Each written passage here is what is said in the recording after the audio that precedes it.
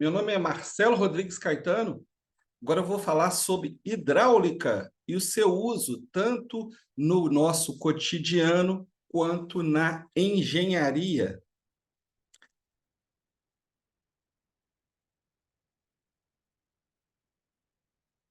Vamos começar com uma introdução, uma breve história da hidráulica, em cima de uma revisão biográfica, tá certo?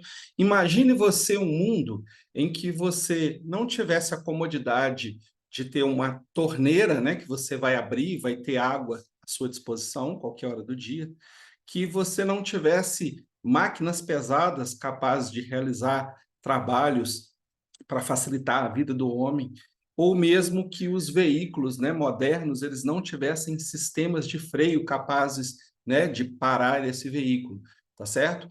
Isso seria um mundo sem a hidráulica, tá? Então, nenhum de nós gostaríamos disso. Então, vamos agora passar um pouquinho pela linha do tempo para a gente ver alguns pontos importantes aqui, né? Algumas imagens e fatos, né, históricos.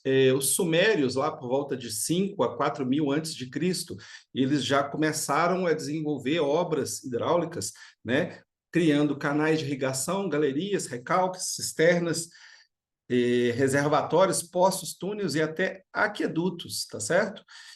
China e Egito, por volta de 2500 a.C. em diante, né, a gente tem a ocorrência de poços para captação de água. Já por volta de 2600 a 1900 a.C., temos a Índia, né, com sistemas de água e drenagem, inclusive o Vale dos Hindus. Em seguida, a gente tem registros da Grécia, tá? Entre 1700 e 1450 a.C., daí em diante, inclusive Palácio de Knossos, em Creta, né? Que é um monumento, uma grande obra, com grande uso da hidráulica. A gente, em Jerusalém, a gente pode constatar registros aí de 950 a.C. em diante, com aquedutos, túneis e cisternas, tá? Já na Assíria, 651 a.C., sistemas de abastecimento, Mégara e Samos, né? O aqueduto de Jeruã. E em Roma, 317 a.C., daí em diante, 416 quilômetros de aquedutos foram construídos, além de reservatórios, banheiros públicos, termas e chafarizes, tá certo? Então, muita coisa aconteceu aí no passado bem distante, né? Hidráulica não é coisa nova, tá? Então, mostrando mais algumas imagens aqui, ó, Mesopotâmia, né? Canais de irrigação, tá? Roma Antiga, os aquedutos aqui tão famosos, né, que podem ser vistos até hoje, tá? Máquinas hidráulicas, tá? Os primeiros estudos, né? Então a gente pode citar aí Arquimedes, Hero da Alexandria, medição de vazão, medição de velocidade do escoamento, né? A importância da velocidade desse escoamento, dando origem aí à engenharia das máquinas hidráulicas, né? Os arquitetos e engenheiros da Grécia Antiga se preocuparam com esses temas, tá certo? E a gente tem, inclusive, o inventor grego Ctesíbio de Alexandria, né? Criou dispositivo com uma bomba d'água e a clepsidra, que é um relógio de água. Aqui a gente tem a bomba d'água, conhecida também como picota, né? Um sistema de alavanca aqui para pegar água, e a gente tem também uma imagem aqui do relógio de água clepsidra, tá? Depois a gente precisa falar um pouquinho de algumas pessoas que foram muito importantes, né?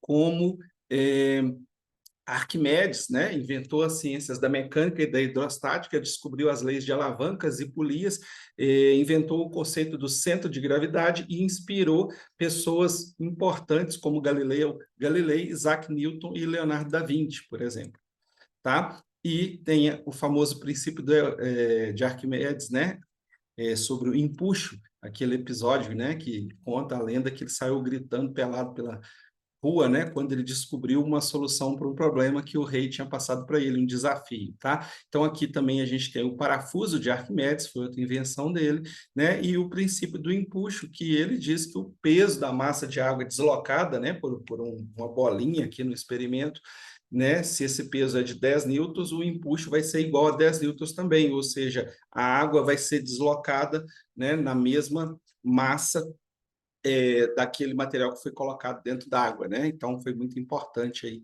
esse princípio. Vou falar um pouquinho agora de Leonardo da Vinci, né? Da Vinci é um cara sensacional e ele foi um dos maiores gênios da história. Ele conseguiu ser ao mesmo tempo cientista, matemático, engenheiro, inventor, anatomista, pintor, escultor, arquiteto, botânico, poeta, ainda fazia música, tá? Contribuiu para a hidráulica com suas ideias e invenções, projetou esquemas de comportas e sistemas de irrigação, né? Contribuição dele para a hidráulica, a gente tem aqui alguns exemplos, tá? A gente tem aqui projetos, né, de Da Vinci, de dispositivos para bombear água e uma roda hidráulica, tá? Vamos falar agora um pouquinho de Pascal e Bernoulli, tá? A evolução da hidráulica foi marcada, né, por avanços científicos, e Blaise Pascal e Daniel Bernoulli, eles foram muito importantes aí nesse contexto, tá certo? Pascal, ele construiu um barômetro de mercúrio para medir pressão atmosférica, formulou o princípio de Pascal e projetou a primeira calculadora digital, né? Muito interessante isso, tá, pessoal? Então, tá aqui, né, o princípio de Pascal, né? De Pascal, onde ele fala que um fluido estático à pressão em um ponto é igual em todas as direções. Assim, a pressão aplicada em um ponto é igualmente transmitida a todos os demais pontos do fluido, né? É o famoso princípio aqui do elevador hidráulico, né? P1 é igual a P2, força 1 sobre área 1 é igual a força 2 sobre área 2, tá? Depois a gente chega em Daniel Bernoulli, né, que foi outro cara com uma contribuição fantástica, foi um matemático suíço, desenvolveu o princípio da hidrodinâmica, foi membro da Academia de São Petersburgo e eleito para a Academia de Ciência de Paris, né? Ele desenvolveu aí a lei de Bernoulli, ou a equação de Bernoulli, como queiram, né? Onde ele trata sobre o deslocamento de um fluido em um tubo horizontal, né? Se esse tubo ele tiver uma parte mais larga, né, e uma mais estreita, o volume do fluido que se move numa determinada distância, em determinado período, não muda. Como a largura do tubo mais estreito é menor, o fluido se move mais rápido, né? Então, isso é bem interessante. Esse princípio também é aplicado aqui nas asas, né, dos aviões aqui, né? É bem interessante, tá? Bom, vamos falar um pouquinho agora sobre o cenário atual, né? Os usos relevantes e as contribuições da hidráulica, tá? Então, vamos falar sobre engenharia e construção. A gente tem o uso da hidráulica aí em pontes e estruturas, tá? E escavação e demolição, né? Muitas máquinas hidráulicas operando aí nessas áreas.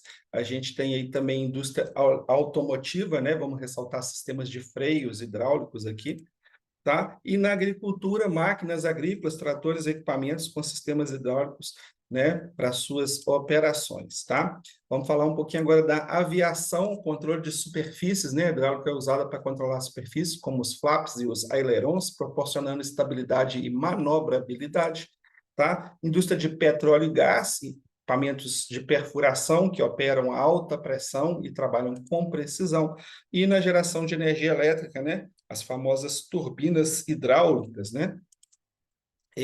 Na indústria de mineração, né? O que seria da gente na mineração sem os equipamentos para transporte e escavação, né? Os equipamentos de grande porte que utilizam sistemas hidráulicos, tá? Na saúde e medicina, por exemplo, máquina de diálise, né? Também utiliza sistema hidráulico para garantir uma operação suave e precisa, tá? Robótica, pessoal, robôs industriais, aí, indústrias automobilísticas, né? Eles conseguem agregar em movimentos precisos e levantamento de cargas pesadas, tá? Inovações, tá? O que tá de novidade, o que tem de novidade, o que vem por aí, técnicas e equipamentos, né?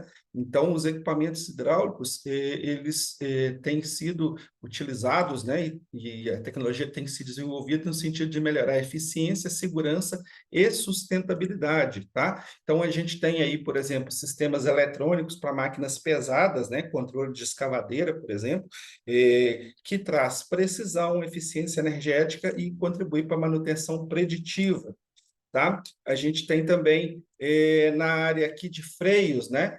Freios de controle eletrônico e freio ABS, né? São sistemas hidráulicos que trazem segurança, estabilidade e redução da distância de parada, tá? Sistemas de energia